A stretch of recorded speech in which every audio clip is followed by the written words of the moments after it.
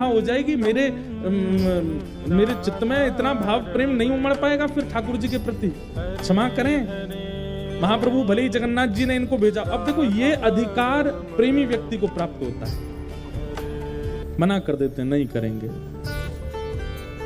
अरे आप कैसे व्यक्ति हैं, महाप्रभु जी की आज्ञा नहीं मान रहे हो, जगन्नाथ जी की आज्ञा नहीं मान रहे हो। बोले हमें स्वीकार है, हम बिना आज्ञा के ही रह लेंगे, लेकिन ये नहीं करेंगे। एक बार को तो सुदेव ब्राह्मण को क्रोध आ गया, बोले भगवान की आज्ञा ना मानने वाले को हम कैसे दे सकते हैं, चल बेटी।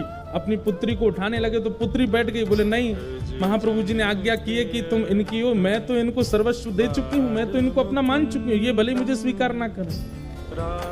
पिताजी अब आपका कर्तव्य नहीं है, मेरे परम पिता जगन्नाथ जी ने मुझे इनको सौंपा है, अब मैं इन्हीं की हूँ, चाहिए मुझे स्वीकार करें चाहे नहीं करें। जयदेव महाप्रभु बोले वाह, ऐसा समर्पण तो हमने नहीं देखा भैया। अरे तुम्हारे पिता कह रहे हैं चलो तुम, बोले नहीं महाप्रभु जी ने आपको अर्पित किया, अब तो मैं आपकी। जयदेव महाप्रभु बोले छोड़ जाओ इनको, 2-3 दिन हमारी दिनचर्या देखेंगे, खुद ही भाग जाएंगी ये। लेकिन पद्मावती का ऐसा त्याग, जयदेव महाप्रभु अगर उस वृक्ष के नीचे बैठे हैं तो उनके सन्मुख वाले वृक्ष पर बैठ जाती और उनको अपलक नेत्रों से देखती।